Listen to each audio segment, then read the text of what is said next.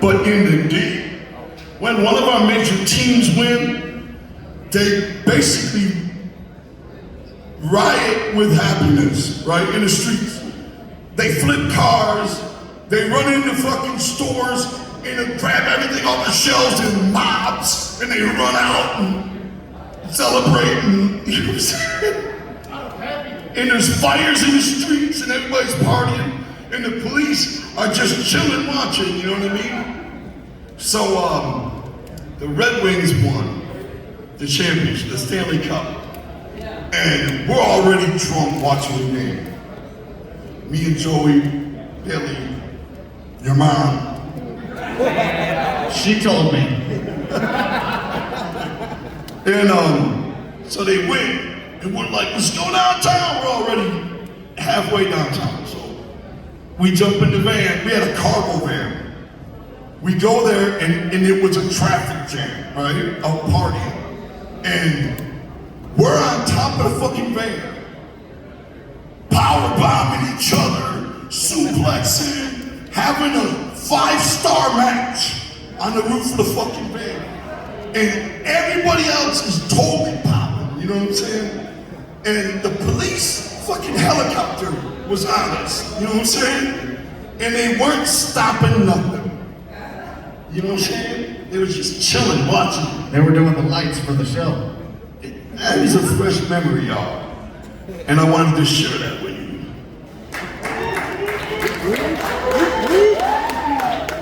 All right, a piece of freshness. This is just another fresh memory. There was, and after, I don't think you know the story. I know you don't. This month, there was an after-hours club in downtown Detroit. Not downtown, but like Cass Corridor. And it would open at like 3, you know, when all the other bars closed down or whatever. And you had to literally go between 2 abandoned buildings and in complete darkness, and there would be a ninja dressed all in black, you know what I mean? And he would take the money and let you go in, you know? And basically this club, if you want to call it that, was 2 rooms, and it was anything goes. You know what I'm saying? You can buy anything you fucking want. And they didn't have cars parking in the groups outside because that'll give away there's something going on, you know what I mean? So they would be waiting there, and they would see you trying to park, and they would be like, no, go, you know what I'm saying?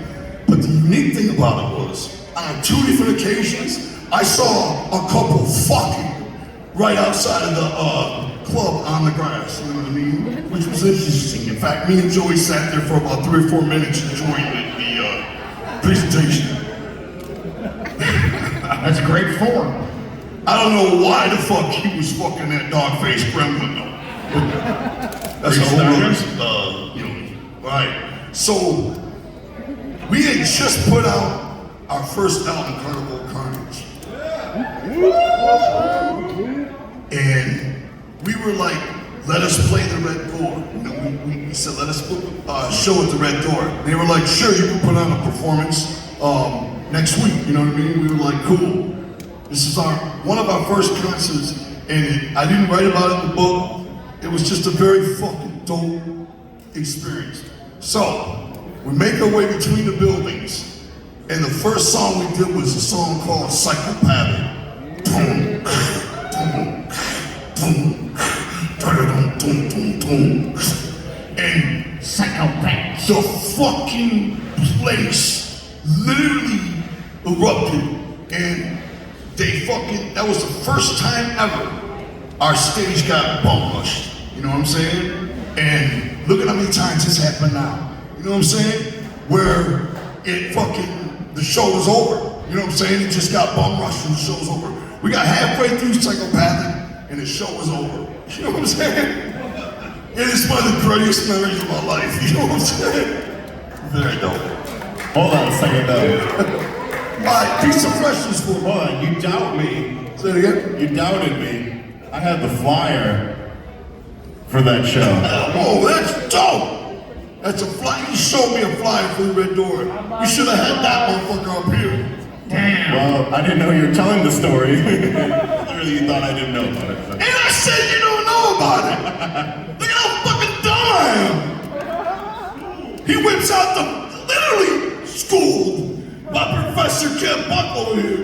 Yeah! That was impressive, my friend. Thank you. All right, so piece of freshness. That's my dog. Get off his dick. Alright. There's just so much room on it, you know what I'm saying? Swing out that shit like an orangutan. Spacious. So, piece of freshness. Me and my brother, we always like to explore, like the tallest abandoned, building downtown Detroit, the tallest abandoned one. We gotta explore every fucking floor, make our way to the roof, and get on the highest point of that motherfucker, All types of shit like that. So, when me and Joey were on tour, Rob and his boys, and this is just dope, Jump Steady. Shout out to Jump Steady, right? Shout out to Jump Steady. Those ninjas explored the train tunnel underneath the Detroit River into Windsor. They explored all the way through that fucking tunnel. Standing off to the side when fucking trains came barreling through, you know what I'm saying? They told me horrifying stories about that shit. They went all the way under, came up in fucking Canada, went and bought a pot, drank that motherfucker, and went back through.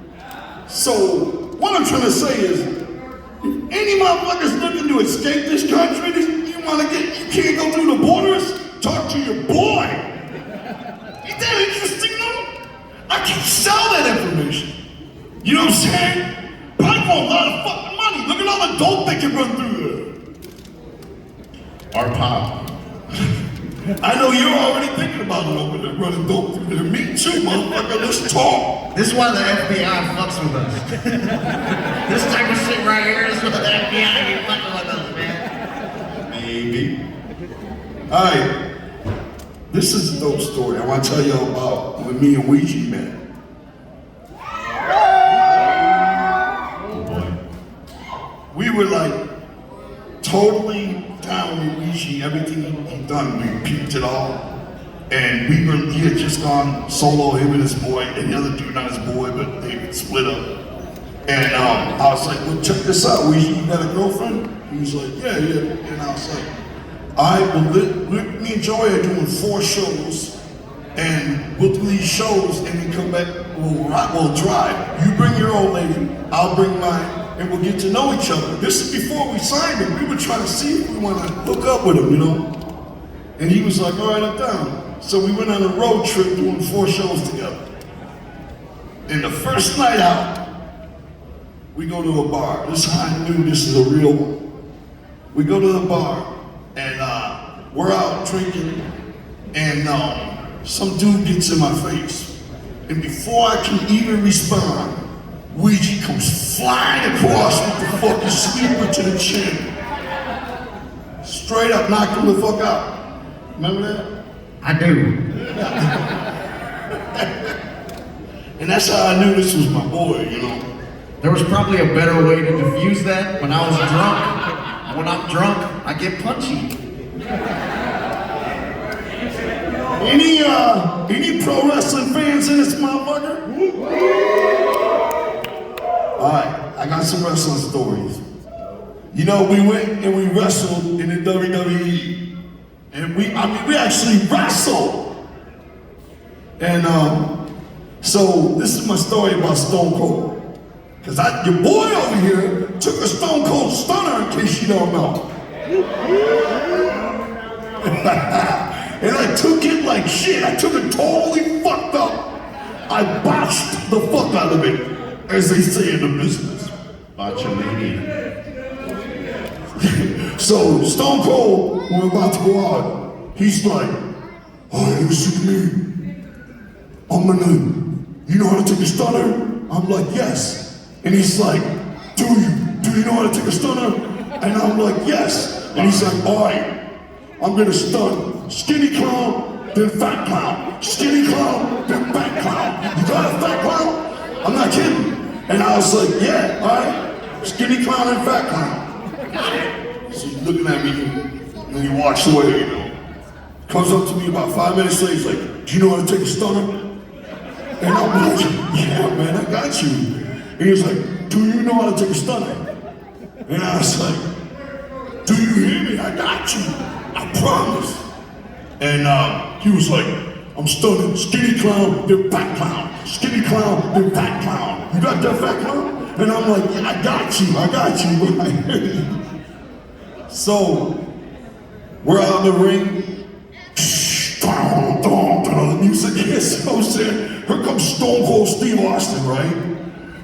So he gets in the ring and I'm looking off the side, waiting on him to stun what?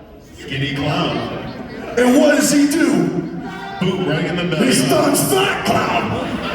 And I literally turn to the side and I don't even know he's coming. So I take the stunner and I bosh the motherfucker. And I don't know, because there has been speculation on Ouiji's behalf that it may have been a rib, as they say in wrestling, which is he may have been fucking with me on purpose.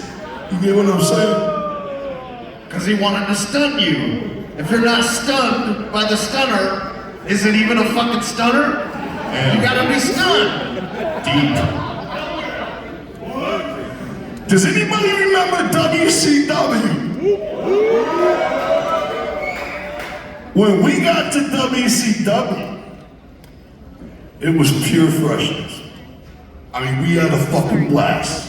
They gave us a trailer outside the first day. And we're sitting out there in the trailer, and I'm like, why can't we change with the guys? You know what I'm saying? We're out in this trailer. And the first day we get there, Raven comes in knocking at the trailer. And we're like, oh, what's up, Raven? You know, we're fans and shit. And he's like, listen, don't listen to anybody else. I want you to stick with me. Trust what I'm saying. I'm telling you right now, I got your back. Just don't trust anybody here. I admire you guys, I'm down with you guys, and I got your back here, all right? And we were like, fuck yeah, that's cool, you know what I'm saying? He left. About 3 minutes later, Vampiro knocked on the thing. And we're like, Vampiro, what's up? It's the first time we ever met Vamp. And he said the exact same fucking thing. We got y'all. Listen, just stick with me. Everyone's a snake. Don't trust anyone. Exactly. Just me. So, we were like, fuck this trailer. We're going in, you know? We go in. I don't even know how this happened. It's all super fucking natural. But we go in, and here's the first locker room where the guys are at. I open the door, and as I'm walking in, I see an object moving toward me at immense speed. And of course, with my cat-like precision, you know what I mean? I snatched that motherfucker out of the orbit and realized it was a bottle of baby oil. And Catch. when I glanced up, Disco Inferno was standing in front of me. And he's like, you get my back? Think about that for a moment. That's a rib, brother. First of all, how the fuck did he know I was coming through that door? Alright? And what the fuck makes him wonder or assume I'm the guy to get his steroid-infested, pimply ass back? You just be throwing baby oil in the doorways, hoping to get lucky. So of course I rubbed the baby oil into his back. Paying dues, brother. You gotta pay the cost to be the boss. Listen, I lathered that shit until it was gone. I ended up working his whole back, popping it out. That's what he made me do when I got the psychopathic. He just threw baby oil at me. I was like, what the fuck is this? He was like, let me tell you a story. That story. So, in WCW, they had this booth back there, right? And it was constructed as like a soundproof little box in the backstage of the arenas, right?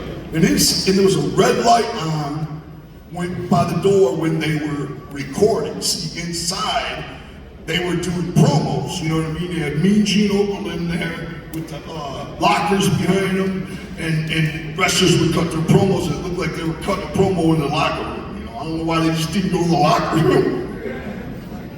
But so they told us, you guys got promos at 8:30, you know, and we were like, all right. So we're waiting there to do our promos. Me, Joey, and Vampiro. And the red light is on, which means somebody's in there cutting a promo. And stay the fuck out. So we're standing there, and Vampiro goes, boom, boom, boom, boom, boom, bangs on the fucking door, and him and Joey booms. And I'm standing there, and the door opens up, and who emerges from the darkness? Chris Benoit. His neck, Like a fucking tree trunk. his neck had the muscles of a silverback. What the fuck you doing, clown? He was about 4 inches from my face. You don't see the fucking red light. And I didn't know what to do, so I just started ratting Joey. I was like,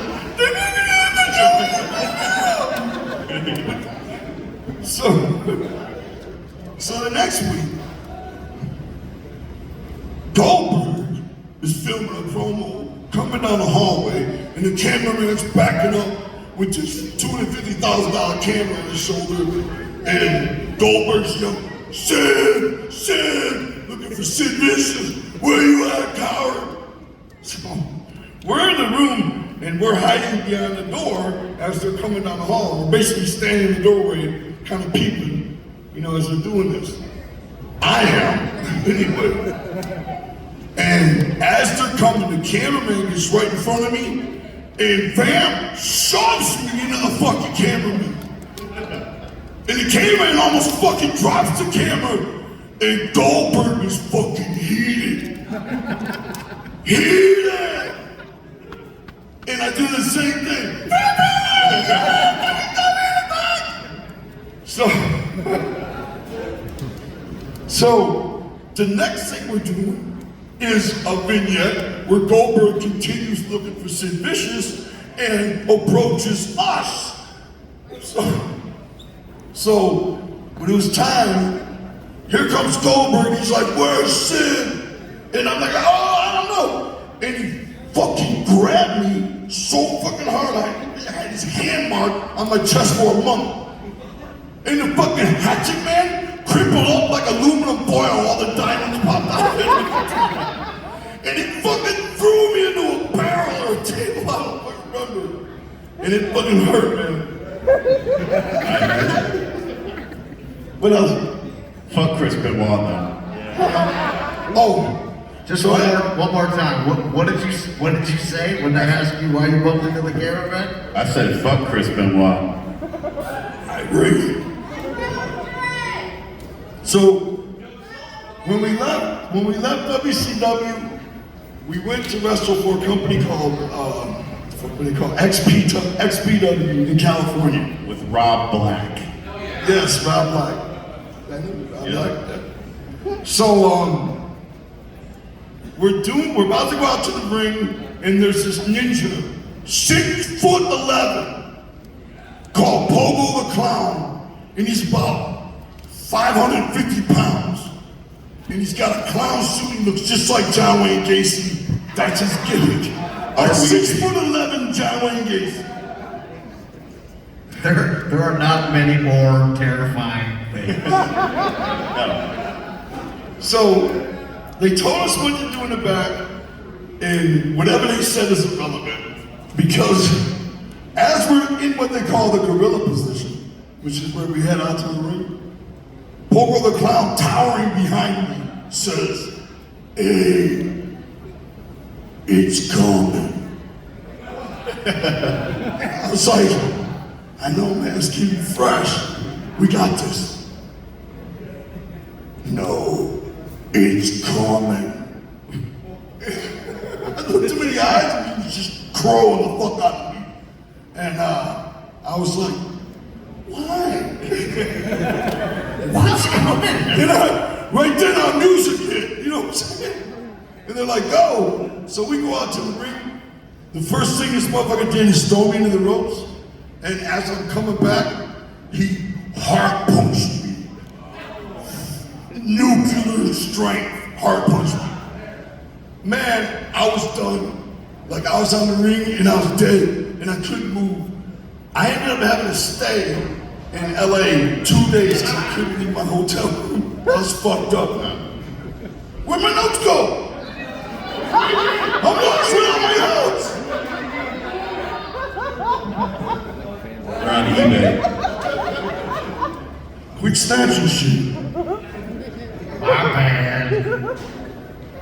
I was trying to tilt the fan to give us some breeze. You know, the truth is, you see why I got this paper? I forgot my laptop. You know what I'm saying? And I had all my notes in the laptop. So I had to scribble shit and think of shit, and we didn't discover my laptop was gone until 10 minutes before I went on. You know what I mean? Classic. So I'm trying to think of shit. But I'm well equipped. This is a story I've never told before. Shout out to my girlfriend. I love her, Sarah Lucy in the house. Whoa, whoa. So, many moons ago,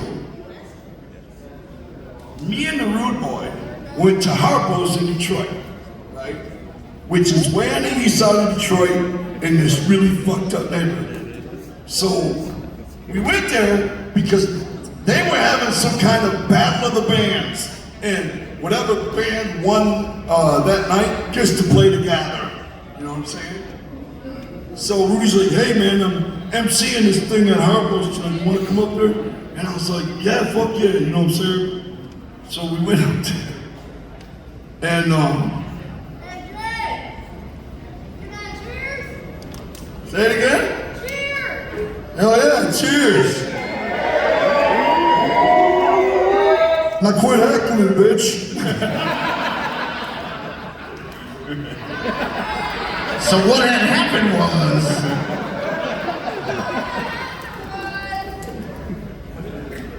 Alright. Quit heckling, motherfuckers! No, you don't. Who said that? You don't know nothing. Alright. So, I was at Harpo's and I was like, let me get a Jaeger bomb. As soon as all the ninjas in the house picked, I got a Jaeger bomb, everybody started buying the Jaeger bombs, you know what I mean? And they were lined up on the entire table. You know what I'm saying? You couldn't sit a motherfucking salt shaker down. And so I'm all fucked up and I just driven my girlfriend at the time's car to the fucking Harpo's. It was a brand new Lincoln, I don't remember, right? fancy pants Magoo. It was a nice ass car. It was a Lincoln Mark L2, the Eddie Bauer edition. I don't believe I've ever told anybody this story. Probably lying.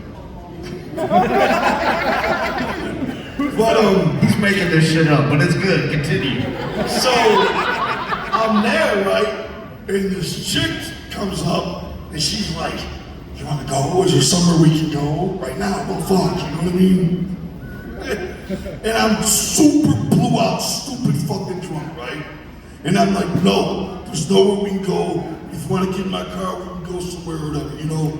And she's like, all right. So I go to my car and somebody slashed my tires. My tire, right? And I'm like, get in. They fucked up. I was so blackout drunk. You know how to change your tire, bitch? Listen to me lie my ass off telling this highly detailed story. I was blackout drunk. How does that make any sense? I was blackout drunk, but here's every detail. I remember it like it was yesterday. I was blackout drunk. So when you leave Harpo's, the first thing you do is get on this on-ramp to the freeway, you know what I'm saying? And I just started punching it. And it got down to the rim. And then the rim sort of ceased to exist after a while. And there was a spark shooting up the side of the brand new fucking truck. You know what I mean? And it was me and this stripper hooker bitch. Nice. In her car, you know what I'm saying? And I literally bailed like that. A sight to behold, fireworks on the freeway. I rode like that for about 30 miles. And then I got off the freeway, I'm not lying, 30 miles, give or take 20 miles. The range. It was about 17 miles. It was definitely miles. So, I got off and she was like, let me out, let me out. And I got off and for some reason, I went to the Rude Boy's house and I parked out front. And I was like, I'm not taking you no farther, you get out, you know what I mean? And I was sitting waiting on Rudy, and I don't remember why. But as soon as she got out, I started barreling again. And I got back on the freeway, all the way across, and then I eventually got off, and I surrendered. I started to sober up, and I realized what was happening. Nothing like a fireworks show. So I pulled the truck to the side, and there was this strip club open for another hour, so I decided to go in there. And then I took a cab home. Thank you! And that's why it's an Yes, sir! That's a